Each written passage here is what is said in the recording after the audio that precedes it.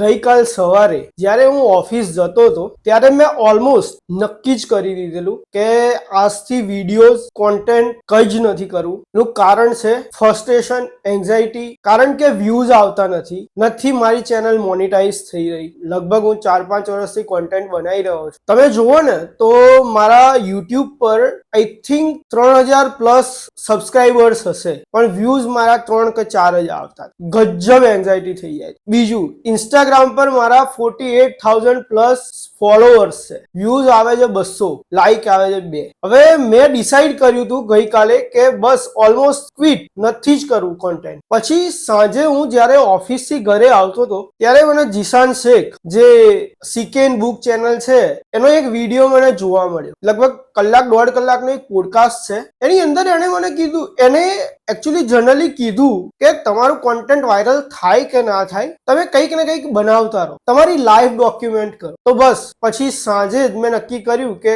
કોઈ જોવે કે ના જોવે તો વેલ એન્ડ ગુડ છે, એપ્રિશિએશન મળશે, પણ ના જોવે તો બી રોજ એક piece of content social media પર મૂકો. શરૂઆત આ જર્નીથી છે. શ્રી કૃષ્ણ ભગવાને પણ કીધું છે કે કર્મ કરો, ફળની ઈચ્છા ના રાખો. બસ એ જ રીતે આ વિડીયો સિરીઝની શરૂઆત કરી રહ્યો છું. તો સપોર્ટ કરજો. મળીએ નવા વિડીયો.